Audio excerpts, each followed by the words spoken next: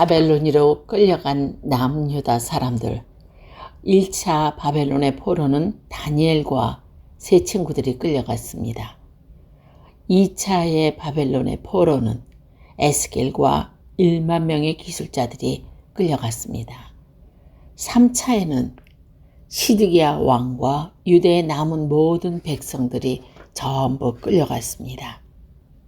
BC 604년 바벨론의 느부갓네살 왕은 블레셋의 아스글론을 정복하고 블레셋의 지도 계층 사람들을 사로잡아 바벨론으로 끌고 갔습니다. 그리고 BC 601년에는 다시금 반란을 일으킨 애굽의 느고와 맞서 애굽 경계 지역에서 큰 전투를 벌였습니다. 이 전투에서 이 두 나라는 어느 편이 이겼다고 할 수 없을 정도로 피차 큰 손실을 입었으며 어쨌든 이때 느부갓네살이 일단 퇴각하므로 애굽은 잠시 숨을 고를 시간을 확보하기도 합니다. 그때 남유다의 여호야김 왕은 상황을 잘못 판단하여 아무 소용도 없는 일을 벌입니다. 애굽의 원조를 구하여 바벨론에 반역 행위를 한 것입니다.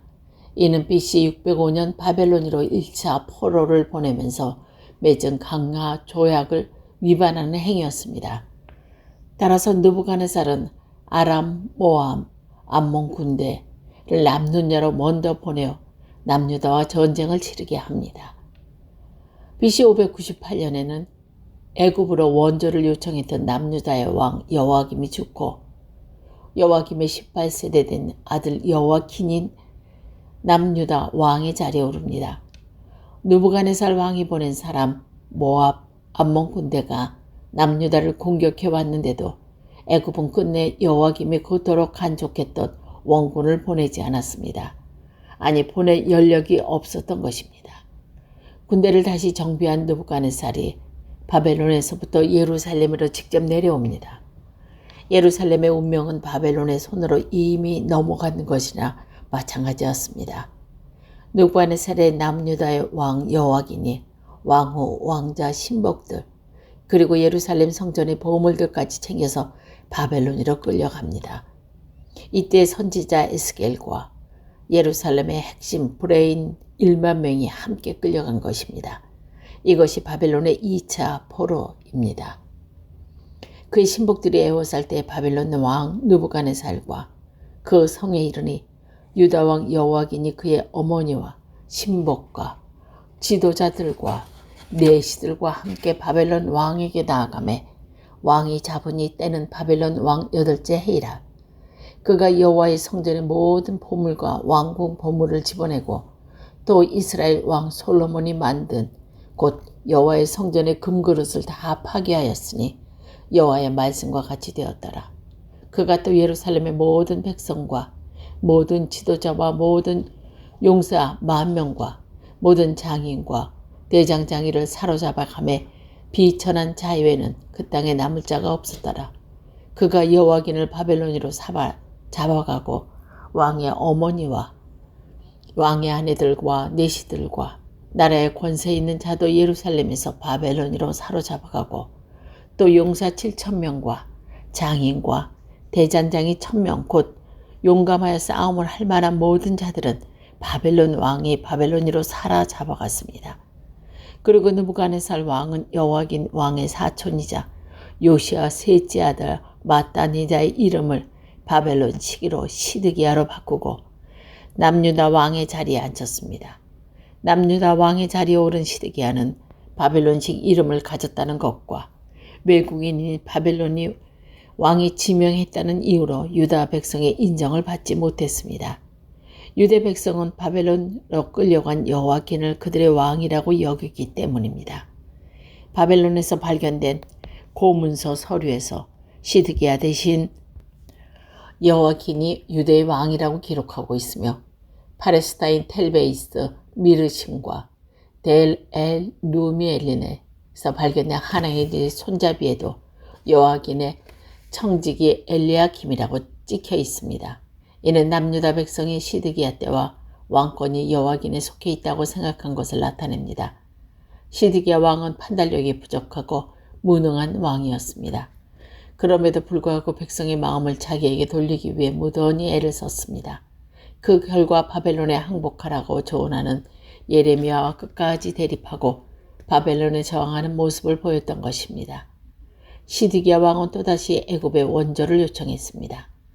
그리고 당시 바벨론에 대항하고자 새로운 동맹을 형성하고 있던 에돔, 모함, 암몬, 페니키아 연합의 남유다도 함께하기로 했습니다.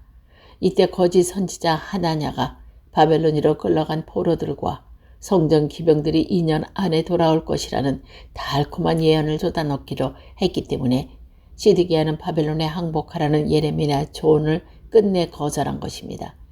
시드기야는 하나님의 뜻과 상관없이 오직 자신의 자존심과 왕의 자리가 중요했던 것입니다. 남유다를 향한 하나님의 계획은 예루살렘을 안식하게 하고 70년간 바벨론의 포로로 끌려갔다가 오라는 것입니다. 이는 제사장 나라의 사명을 감당하지 못한, 다시 말해 하나님과의 언약을 저버린 것에 대한 처벌이었습니다. 하나님께서 아수르 제국에서 지켜주셨던 예루살렘을 마침내 포기한 것입니다. 바벨론이 마침내 예루살렘을 완전히 함락시키고 군인들을 데리고 내려왔습니다. 이때 예레미야는 시드기야 왕에게 하나님의 뜻을 전하며 바벨론 군인들에 의해 예루살렘을 약탈을 막기 위해 항복해야 했습니다. 그러나 시드기야는 예레미야 조언을 따르지 않고 그때부터 무려 18개월이나 바벨론 군인들로 하여금 예루살렘 성주에서 핫된 잠을 자게 했습니다. 그 사이 예루살렘 성 안의 상황은 내육에 기록된 대로 하나님과 이스라엘 사이에 약속한 언약을 지키지 않을 경우에 해당하는 온갖 재앙이 벌어지고 있었습니다. 그 성이 시드기야 왕 제11년에 포위되었더라. 그해 넷째 달 9일에 성중의 기근이 심하여 그 땅 백성의 양식이 떨어졌더라. 왕하 25장 2절에서 3절입니다. 거짓 선지자는 하나야 바빌론으로 끌려간 포로들과 성전 기명들이 2년 안에 다시 남유다로 돌아올 것이라고 전한 사람은 거짓 선지자 하냐냐의 예언이었습니다. 또 하나 예레미야 예언은 예루살렘이 바벨론에 의해 70년간 황폐할 것이고 바벨론에 항복하는 것이 하나님의 뜻임을 전한 70년간 바벨론의 포로 생활을 예언한 것은 예레미야의 예언이었습니다. 또한 바벨론은 예루살렘 성안으로 어떤 음식도 들어가지 못하도록 철저하게 막았으므로 예루살렘 성안의 삶은 피해가 이를 데 없이 기록되어 있습니다. 바벨론의 느부갓네살 왕은 예루살렘 성 공선전이 시간을 끌자 그 사이 잠시 애굽으로 내려가 전후 광화 조약을 어긴 애굽에 대해 다시는 저항하지 못하도록 철저하게 응징합니다. 이때 바벨론의 이집트에 대해 공격을 주안점은 애굽이 다시는 다른 나라와 무역을 하지 못하도록 애굽과 무역하는 국가들의 왕래를 막아 경제적인 모든 면을 차단했던 것입니다. 경제력은 다시 국방력이 될 수 있기 때문입니다. BC 587년 7월에는 예루살렘 성을 포위한 지 18개월 만에 예레미야 예언대로 드디어 바벨론 군인들에 의해 예루살렘이 함락당하고 말았습니다.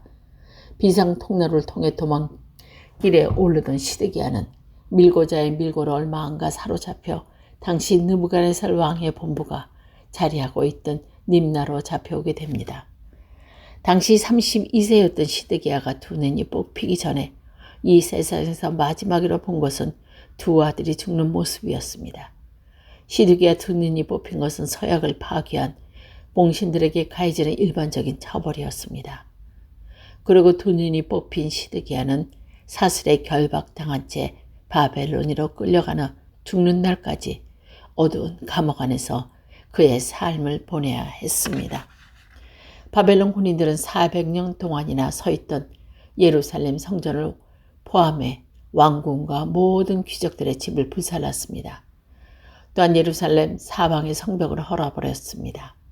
바벨론 군인들이 악탈이 허용되었기 때문에 예루살렘 성 안에 수많은 사람들이 죽음을 당했고 여인들이 폭행을 당했으며 아이들은 죽거나 고아가 되고 말았습니다. 그 무자비한 약탈이 끊어자 초토화된 예루살렘에서 포도 농사를 지을 소수 인원만 남겨놓고 성 안에서 살아남은 사람들과 항복한 사람들은 모두 바벨론으로 끌려가고 말았습니다. 당시 남유다의 왕 시드기야가 두 눈이 뽑히고 사슬에 결박당하여 끌려가는 상황이었으나 일반 백성에 끌려가는 모습은 처참한 그 자체였습니다. 이것이 바벨론의 3차 포로입니다. 다음은 이스라엘 설화에 나오는 이야기입니다. 남유다 백성이 바벨론의 포로로 끌려갈 때 그들은 등에 무거운 짐을 지고 시리아의 험한 산과 황량한 평원과 유프라데스강 유역의 긴 계곡을 터벅터벅 걸어갔다고 합니다. 바벨론 군인들은 슬픔에 흐느끼며 끌려가는 그들에게 무자비하게 채찍질을 계속하고 있었습니다. 어느 날 그 전쟁 포로들이 시찰을 하기 위해 느부갓네살 왕이 직접 포로들의 행렬에 내려왔습니다. 그런데 느부갓네살 왕은 포로들이 가운데 짐을 지지 않는 자들은 발견했습니다.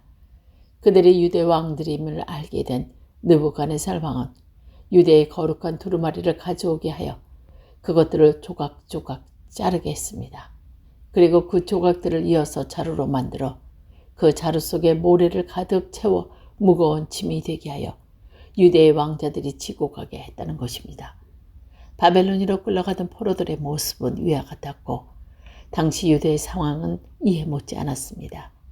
이때의 상황은 고고학자들이 자료에 따르면 남유다 전체 대부분의 도시가 너무 심하게 훼손되고 파괴되어서 마을 대부분이 텅 비어 있었다고 기록하고 있습니다. 이제 남유다 백성에는 눈이 보이지 않은 성전은 불타고 부서져 사라졌습니다. 하나님이 예레미야를 통해 눈에 보이는 성전이 아닌 마음에 새기는 새 언약을 이스라엘과 다시 맺기를 원하셨습니다. 그러기 위해 70년의 재교육의 기간이 필요했던 것입니다. 예전 광야 40년처럼 바벨론으로 끌려가셔 다시 70년을 교육받아야 했던 것입니다.